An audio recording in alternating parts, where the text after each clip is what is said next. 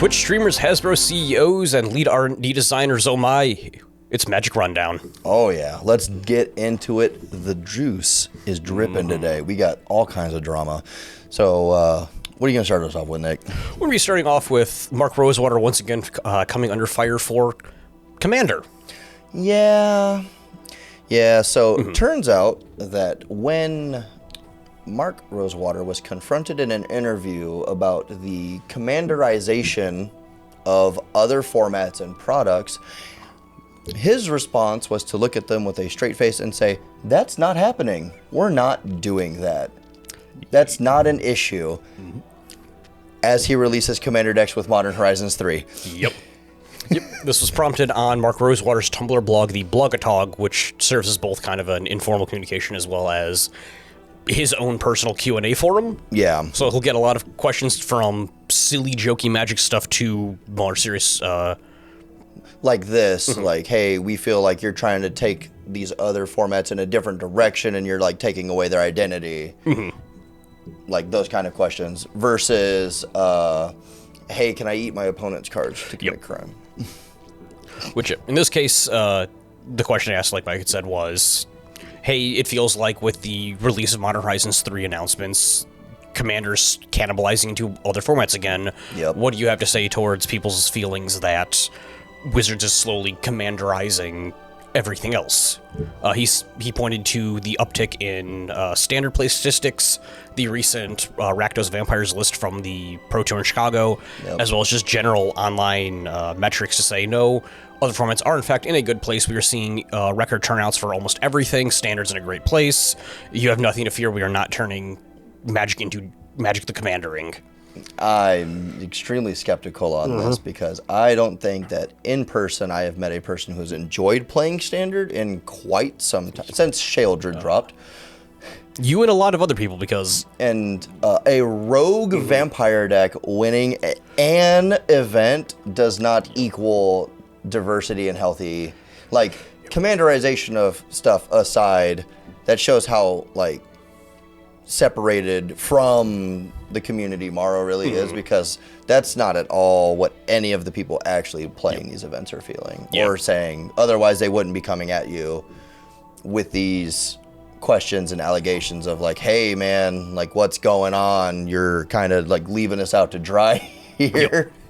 And that was a lot of people's response after it had posted. Obviously, people screenshot it, posted just about everywhere, and like ripping it apart. Judges, probably. Players, even some Stroners were piling on, saying, "Where is this Standard revival? I've owned a local game store for a decade, and I haven't been able to fire Standard events since before COVID. I've been." Last night we were here playing in an event, and we had the Standard Showdown, and all of 4 people showed up. We had 5. We had 5. We had 5. My bad. I only saw 4 playing. That's why I was like, 4 dudes showing up. Can't forget about the buy. 16 copies of Sheoldred. Healthy format. Again, like the Standard meta is in a fantastic place. It feels good to play, but it only gets played digitally. Right. It's the in-person events are very lacking, and like just to say that it's just not an issue is crazy. Yeah. Just the blind, just immediate dismissal of it, saying, no, that's fine, that's not real. Yeah, definite backlash for how tone deaf it felt in that response. Right, like no thumb on the pulse of the format at all, or like how people are reacting to it. 'Cause like you said, it's in a good spot. Like it's not the worst Standard's ever been, but people aren't happy with it. The digital events are a huge part of it. Like, and personal hot take here, I don't think we're ever going to get back to the glory days of the giant in-person 2,000 people event, convention centers packed with Commander pods, draft pods, giant Standard modern legacy events. Like, I don't think we're going to, unfortunately, with how things have been going and how they're handling everything, I just don't see us hitting those days again. Yeah, this is something that was brought up a lot in the past, where we had a discussion in the store where the general consensus was like, with the combination of Wizards moving away from competitive play support, the COVID pandemic pushing everyone home for effectively 3 years, just enough things, the obviously the cost of standard decks, as well as the fact that everything Yeah. that was standard legal pre-pandemic was completely gone by the time tournaments are allowed to resume. Yeah, you come back and you have to buy all new standard decks, and standard decks are as expensive as modern decks now. And it's just that's a wild statement. It's the JoJo gif of just two dudes getting dogpiled. Third guy sips his wine, stands up, joins in. Right. It's just so many things went wrong at the same time. And Yep. I just feel like it just slammed on the brakes for the standard format. But then moving on the other side of the questions Mark Rosado receives on his blog, he continues to have to clarify as to what an acceptable crime is for Outlaws of Thunder Junction. This time he has to explain that, well, yes, it would technically take place during the game of Magic. You cannot eat your opponent's cards. Okay.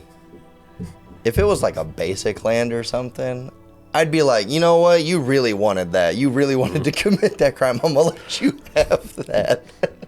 But no, and I think this is obviously one of those tongue-in-cheek things. Like, it's the whole denim walk, taking off your pants story all over again. Like, I'm glad that the community is still finding things to have fun in, though. Yep. And the crime thing is definitely going to be funny for a while. Which, on that note, I would have to double check the wording, but I believe someone pointed out that the way crime is worded, stealing someone's land doesn't count as a crime. So manifest Destiny, Kings. Oh my god. I'm gonna have to build a new Jeskai deck. Oh my lord. But then moving on, speaking of how Wizards has in the past dropped competitive support, they have just recently announced several major changes to at least the arena play scene. Yeah, Premier Play and Arena changes. So I'm not super on the up and up on like standard digital events because I don't play digital events for Magic, but these seem like some pretty. They are overwhelmingly good changes. Yeah, these seem really good. It allows for more people to qualify. There's an increase to the prize pool. There's a whole lot of really good stuff going on now. Yeah, currently 7 wins for day 2, 2 losses before elimination. Now still 7 wins, but you get an extra loss before you get dropped out. That's huge. Like getting to keep people in for an extra round. I think that'll also like not just immediately O2 dropping. Because I feel like there's a lot of people that hit that wall that they're just like, they lose the first game, completely like demoralized, go into the next game in negative attitude, lose again, and they're just like, why do I even? Yep. And then they just leave the convention. They don't partake in any of the other stuff or whatever. They're just like, this is dumb. I drove all the way out here. I paid $30-$40, whatever, playing the thing. And then I just get swamped. So I feel like giving people that extra game is huge. It's massive. Like losing like you said, like your game 1, and then having to spend the rest of the event now with that shadow of, okay, I cannot drop a second game. I have to. You can't lose at all. Like that's such a. So having like that one extra buffer feels so much better. For sure. Moving on to the qualifier weekend day 2 stuff. Instead of 7 wins needed for the Arena Championship invite, you now only need 6 wins, which is massive. I'm about to say, which is also same thing again. Like if you're on a hot streak and then you like brick 2 games in a row and you just drop 2 games, you're like, I have to win this last game or whatever. And The second big change being that now when you day 2 the arena opens, or qualifier weekends I should say, you are immediately given an invite to the next qualifier weekend. Oh, that's huge. Yes. That's so good.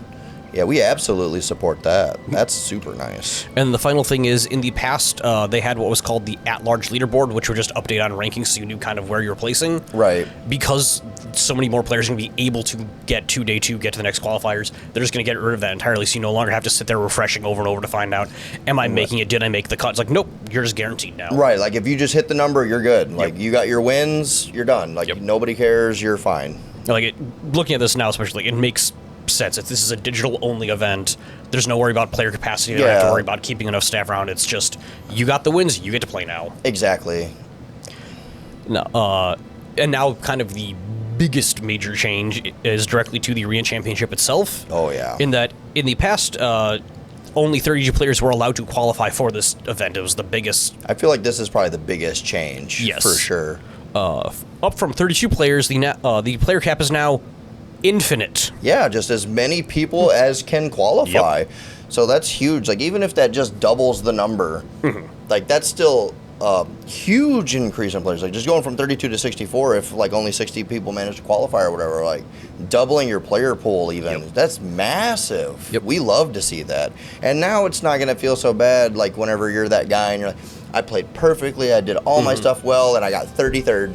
Yep. And now I just don't get to play because numbers, because one guy had like a 0.05% win rate over me, so he nudged up on the leaderboard. So none of that anymore. Yep.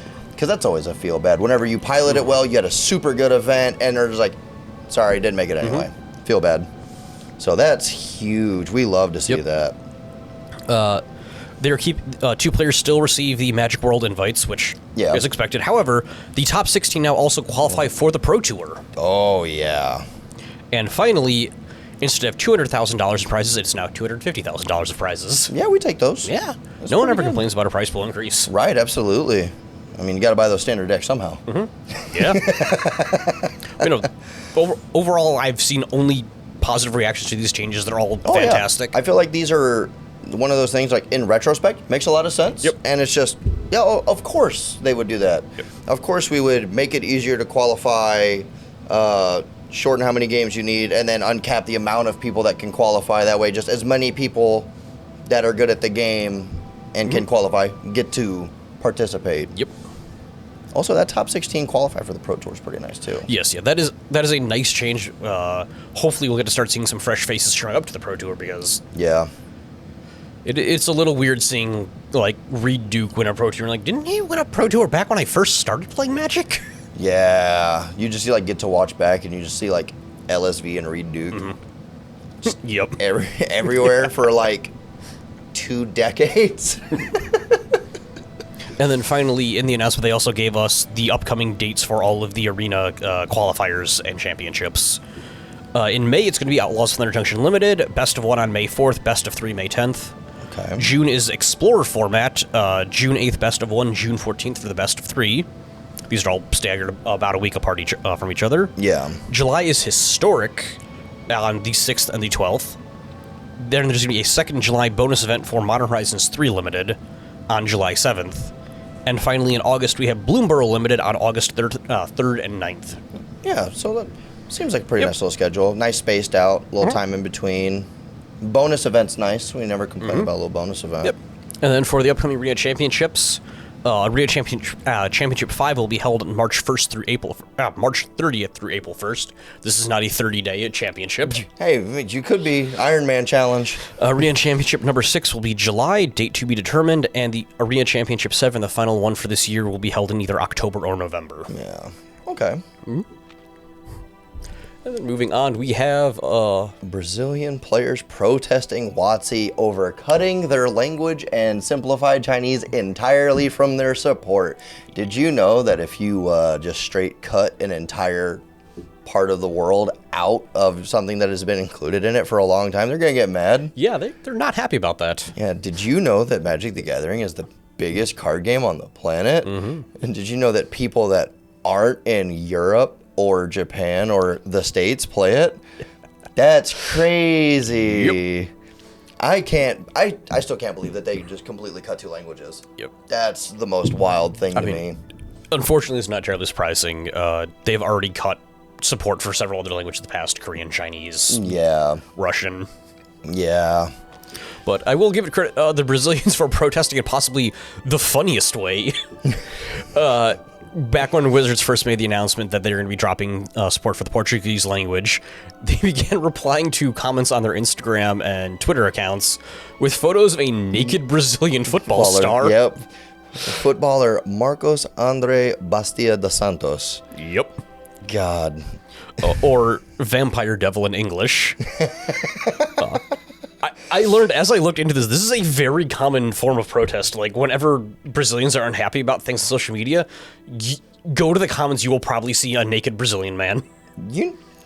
Maybe we could learn something from the Brazilians. Wizards obviously started blocking people for this protest because... Oh, for sure. Their social media interns were probably not happy with having to look at images of a nude Brazilian football player with the card Greed photoshopped over his genitals.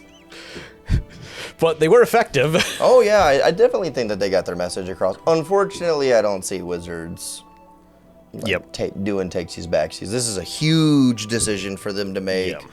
Probably been in the works for months. Been on the table where they're talking about what are we doing with this.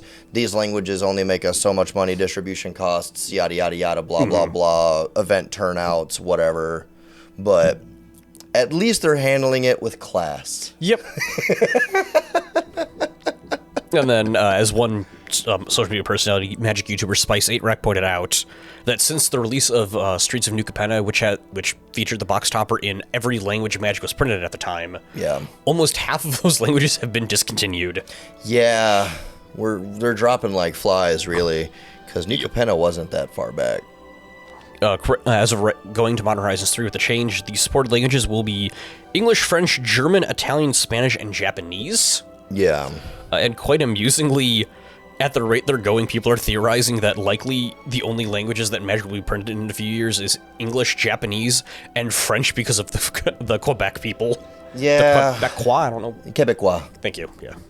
Yeah, so I would not want to see them protest. I've seen their protests before, and see, they're very French, and I don't know if you know about French revolutions, but they know how to protest. Yeah, I was gonna say French thanks to the Canadians. Like, no, it's just one chunk Oh no, of it's Canada. just don't ask the Quebecois if they're Canadian. They're gonna fight you over it. Thank you, local laws, for requiring all of their product be printed in both English and French. Absolutely, they are strictly bilingual. But yeah, so not the worst rundown for the day. We had some good news in there, but I definitely feel like the cutting of 2 languages is a huge blow. But unfortunately, we got one more. Oh yeah, we got one more. No, we have 2 more. We have 2 more lovely little tidbits. We do, yes. Before we get into the one that we've been holding off on, Twitch streamer Pay Money Wubby has shown up more than a few times on larger news outlets because he was scammed buying high-end Magic product. In the past, he purchased 2 beta starter decks, which turned out to be counterfeits and repacks. And then again, this week it happened again. Yeah, so this is just a huge problem anytime you're trying to buy anything on the reserve list, really. It's unless you're buying it firsthand and you know the seller, you know it's an authentic product. This isn't the kind of money that I would be comfortable slinging around buying from a dude online that I didn't know or anything like that. Especially because you always hear about stuff like this where somebody's buying these vintage packs and then it all goes horribly wrong and it's like, oh man, my sealed alpha box was like the best card I got out of it was like 1 demonic tutor out of the whole box, and then the rest of it is like basic lands and Sarah Angels or whatever, and it's just like all the true duels stripped out of it or whatever. That's something abolish the reserve list, man, because like this is awful to see. Because obviously, dude just wants the product. He just wants to open the cool old packs, and he spends, what was it, 14 grand on the starter decks, and they're duds. Just gutted of their good stuff, just packed with other nonsense, or just counterfeit entirely. And God, I wish that they had some sort of, like, I mean, and I know Wizards isn't in control of this, but like some sort of third-party handling to keep something like this in check. Because that's a lot of money. Because he bought 2 of them, so that's 28 grand. That's like 2 cars. For fake cards. Like, luckily for him, he did open them on stream for content, so he was able to show like, hey, here's the video of me opening this deck live, showing you it is not genuine. Right. He had a lot of stuff to refute his claim to get his money back and stuff like that. So. If I remember correctly, the second time it happened with his beta starter, it was a case of he had purchased it from someone who was like, yeah, I bought this 20 years ago from a reputable source who certifies that it has never been touched, never been opened, and this guy held onto it for 20 years thinking that he had a genuine sealed beta starter, and then Wubby buys it, opens it, and hey, these It's a are repack. fake. Yeah, no, this is not an actual starter deck. This has been tampered with. 'Cause, that was a lot of people when I was like, yeah, it sucked to be him, but it really sucks to be the guy that thought he just made, 14 grand. Right. Imagine being that guy. Like he Yep. gets that request, and it's like, hey, I'm gonna need that money back. Yep. Probably already spent it. I think later on we'll be comment saying, like, the guy was super helpful. He refunded me the whole thing. Oh, yeah. Like, he worked with me the whole way, but It definitely seems like something that wasn't done out of malice because, like you said, the dude had checked his sources and he thought he had bought it from a rip, but he got underhanded, which means Wubby got second party underhanded. Yep. And now, our final story of the day. Here. Chris Cox talking about AI. Oh boy, there's gonna be a lot of opinions flying around on this one. Yeah. All right. We do try to keep the show relatively old man yells at cloud free, but This is gonna be one of those, like, I'm a very opinionated person. Yeah. I don't know if y'all know that or not. I'm just going to scoot my seat back and let you take the reins because this is going to be a trip. Okay, so the Hasbro CEO giving an interview to VentureBeats earlier in the month, and one of the topics that they naturally stumbled into was obviously AI and Hasbro's intention on the use of AI in the future. Now, for those of you who don't know, Hasbro has already gotten in some hot water for using AI art for D&D source books or for adventure writing or whatever, and people calling them out on it and being a whole thing. So this is something that's already being done. Everybody knows about it. And so GamesBeat asked, on AI in particular, there was an interesting example today of the Wheel of Time franchise having its own large language model. In an interesting response on the topic of both responsible AI and respecting IPs, making sure that only licensed things can go into an LLM, this particular solution is to put only that IP into that LLM. Does that sound at all appealing for the franchises that you have at Hasbro? Completely reasonable question. Hey, we see that these other people are doing it this way. It's very responsible, very respectful, only using in-universe thing A for thing A. Like no cross-contamination. They're being very respectful about everything. Cox fired off with, first off, we're doing R&D efforts around AI. You've been doing AI. You're not doing R&D efforts around AI. We've called you out on this for a while now. We know that you've been doing this. We've already caught you red-handed. Like, you're making yourself sound like a clown right now. And I think the most major entertainment and IP holders are at least thinking about it. Again, so disconnected from everything. Yeah, people are like considering AI. Okay, dude. The key here is the responsible use of it. We have an even higher bar that we need to hit because we serve audiences of all ages. We go from preschoolers all the way up to adulthood. I don't think we could be very cavalier in how we think about AI. Like, just randomly throwing art into source books and writing adventure, nothing like that. We're not throwing it around willy-nilly. We're being very respectful and in tune with how we need to do this. There's a lot of potential for delighting audiences. We need to make sure that we do it in a way that respects the creators we work with, like the artists that we don't pay because we're outsourcing their work to AI. God. And then we need to make sure that we are using it in respects to their works of art, respects to their ownerships of those works, and also creates a fun and safe environment for the kids who might use it. The advantage we have is funny. This is cutting edge technology, and Hasbro is a 100-year-old company, which you wouldn't think it is. Who doesn't think that Hasbro's old? It's like Nintendo. It's like, you guys have been around forever. You guys are fossils. Yeah. Nintendo playing card company. Yeah, right. Absolutely. Like, been around for quite a long time. Usually you think that there's a threat there.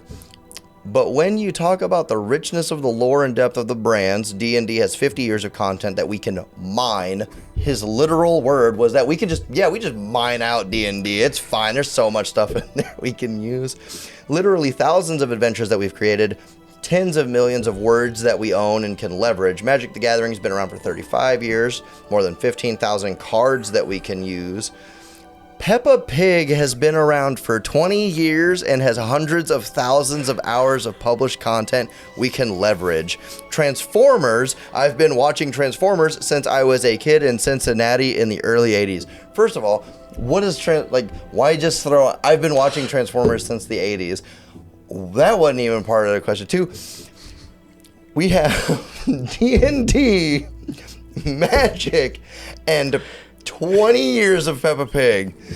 Bro, what are you even talking about? So you're going to mine out Peppa Pig to write AI adventure logs, but we're going to do it in a respectful way of the IP. Like, what does that even mean? Like, oh my God. This is awful. I'm just waiting for the inevitable, Twitter fan art of Peppa Pig being sent to the literal mine. Dude, right. Like, send Peppa Pig into the mine. She's got to mine out another D&D adventure blog. But as someone else pointed out during this interview, he mentions D&D has 50 years of material for us to mine through. Yeah. Last year, the year before that, was also the OGL change controversy, where they more or less wanted to say, we get rights to every fan-created D&D content you make. Yeah, so they're also outsourcing you. But they have since run that back because of how... Oh, yeah, they had to. Yeah. They had to, because I remember that was very, torches and guillotines. Yeah. The people were not happy, because Hasbro already does not a great job of supporting D&D in the first place. Over-releasing, things are too expensive, way too micromanagey, this, that, and the other thing. And then saying anything that you create and you put into this pool is ours, we have all rights to that.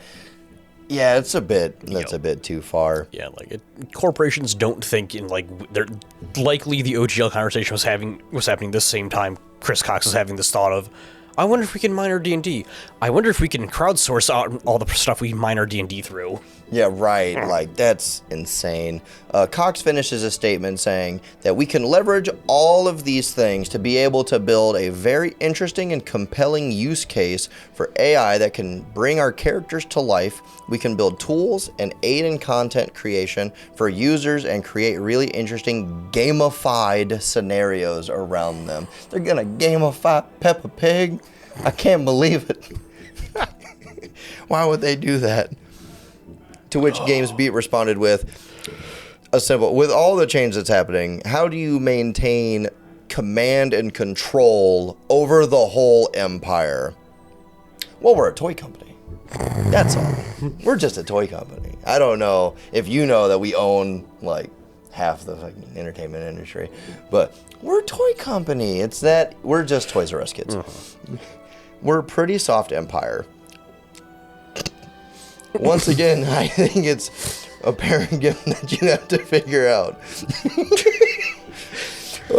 I promise, I'm a mature adult.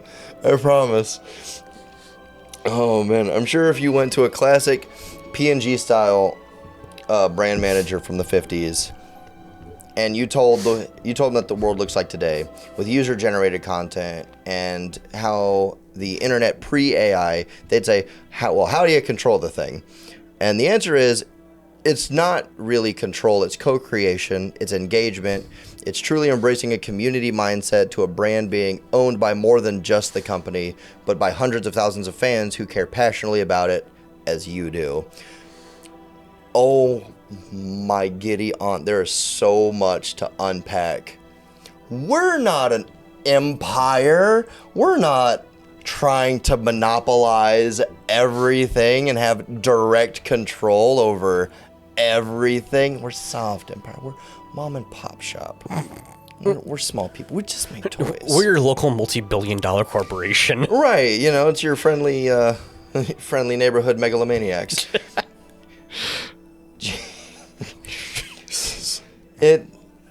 Again, I read this interview and it's just so out of touch with every...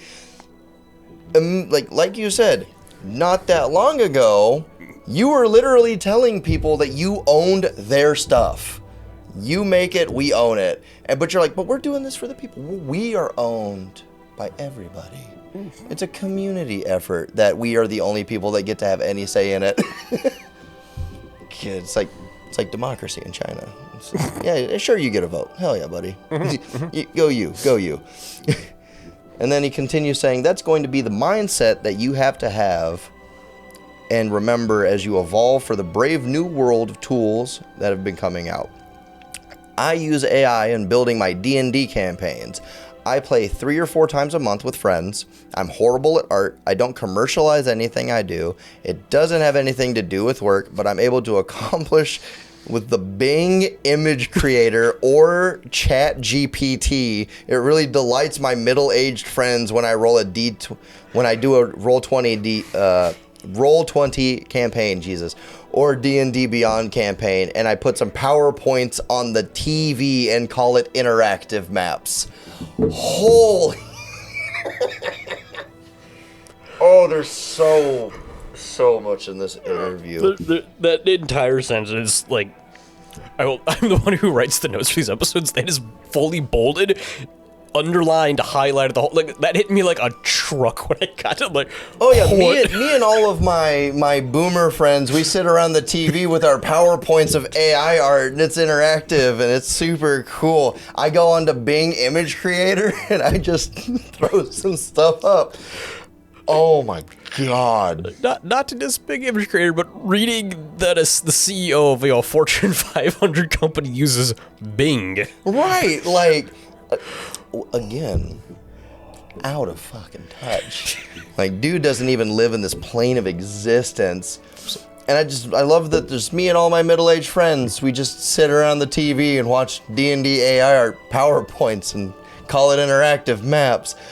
When I sent this to a buddy of mine, her immediate response was, "What do you think his Microsoft stock portfolio is like to mention that?" Right.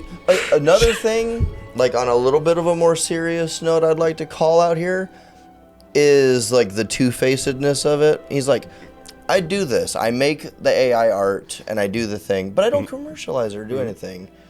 But the instant somebody that's not CEO of a Fortune 500 company does it, and like if they posted it online, be like, I made this really cool thing that's interactive, like cease and desist immediately. Hasbro will be on you so fast, like Nintendo, just like, hey, that's our IP. Don't do that. That's our stuff. You can't do that. But he gets to do it with his buddies because they're all friends and pals and they're a soft empire. Like, also more notably about in the interview, him admitting that he used AI for his own personal D&D campaigns is just, I believe, about 2 months ago, there was a major news story about how, I believe it was Midjourney, was caught posting, and they knew they were scraping currently working artists, and they were bragging about it, essentially. They were talking about how... Look how much money we're saving. Look at all these costs we're going to be able to cut because we're going to be able to use this AI to just replace these, like, however many workers we just got rid of. Like, not a great look. This was like a Google Sheets document in a publicly accessible Discord server for Midjourney where someone got a hold of it and was scrolling through and like, yeah, there's like 1,600 magic artists listed by name. Yeah. And because it's an AI tool, it doesn't check anything, it just scrapes and scrapes and scrapes. They're going through and it's like, oh, there's like Mark Rosewater listed because he did some silly artwork for Uncards a while ago. Right. There's the big one was the child who drew the Craterhoof Behemoth for the secret layered Child's Play. Like, right. We went to sick kids and had them draw magic cards, got their names scraped and added to a Midjourney database to recreate art based on that style. That's so crazy. And they were... And scummy. Yep, and they were happily bragging about this, like, look at all these artist styles we can now replicate successfully. Let us know if you want anyone else to add to this database. The most insane part is thinking that that's going to have positive reception. Yep. Like, hey, look, we don't have to pay any of these people. We can do it with AI. And like they don't expect it to be pitchforks and torches. Like when that story broke, it was the most softball PR move ever for all. Like, I think Paizo basically just stepped in and said, "Hey, we do not condone this. This is unacceptable. We will always support human artists." That just basic little PR statement saying, "Hey, we see that this major AI generative tool is currently ripping artwork from artists we are currently working with. That is unacceptable. We are going to support our artists instead." Right. And now you've got Chris Cox, the CEO of Hasbro, another major player in the industry, saying, I use AI, it's fine, because I just don't commercialize. Like, okay, but Where's the line? Yeah. So it's like you admitting, saying, yeah, I use AI, that is what they want. That is, you are now, a big successful person is now normalizing using AI for everything. Exactly. Why would we ever want to recommission Rebecca Guai to do another Secret Lair when we can just use Mid-Journey Rebecca Guai to spit out the exact same thing? Oh yeah, we could totally get Chris Rush in the office again. Yep. Oh wait, it's like, oh yeah, we'll totally just rip his art style. Like, it's artists that have retired or passed, who have unceremoniously cut ties with Magic, been fired, terminated, whatever. Any of these people, they shouldn't have their art scraped by a database. And like, I don't want to see a new Chris Rush art card because I like the old Chris Rush cards. So there's a very sentimental feeling whenever I see those. It's very iconic. And knowing that his name's just rattling around in this AI generator and they're just going to be doing whatever with that, like it's very disrespectful. Yeah, but that's pretty much the rundown for the day. Yep. So let us know what you think in the comments below.